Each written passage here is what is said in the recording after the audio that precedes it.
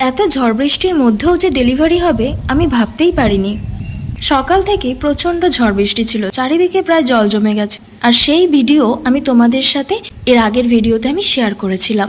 আমাদের বাড়ির উঠোনে কি পরিমাণে জল জমেছে সেটা তো তোমরা দেখেইছো। এই জলের মধ্যে দিয়েও ডেলিভারি দাদারা যে কিভাবে প্রোডাক্টটা উঠালো সেটাই দেখবে এই ভিডিওতে। আমি ভেবেছিলাম আজ আর আমার অর্ডারটা আসবে না। দুপুরে খাওয়া দাওয়া করে আরাম করে ঘুমিয়ে পড়েছিলাম, হঠাৎ ফোন বেজে উঠলো।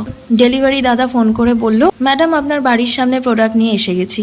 আমি তো টোটালি অবাক যে এত বৃষ্টির মধ্যেও তারা ডেলিভারি করবে, কারণ আমাদের এখানে প্রত্যেকটা রাস্তায় প্রায় হাঁটু সমান জল। সাথে সাথে মনের আনন্দে বাইরে বেরিয়ে গেলাম আর দেখি এই এত বড় গাড়িটা করে তারা চলে এসছে ডেলিভারি দিতে। রাস্তায় জলের মধ্যে দিয়ে কত কষ্ট করে দাদারা আমার অর্ডারটা নিয়ে এলেন এবং এই অর্ডারগুলো আমার ফার্স্ট ফ্লোরেও কিন্তু তুলেছেন। যারা ডেলিভারির প্রফেশনটাকে বেছে নিয়েছে সেই সব দাদাদের দিদিদের প্রতি আমার আলাদা একটাই সম্মান। আর আমার মনে হয় এই প্রফেশনে যারা যুক্ত আছেন তাদের প্রত্যেককে আপনারা যথেষ্ট সম্মান করুন, কারণ এই ডেলিভারির কাজটা কিন্তু একেবারেই সহজ নয়।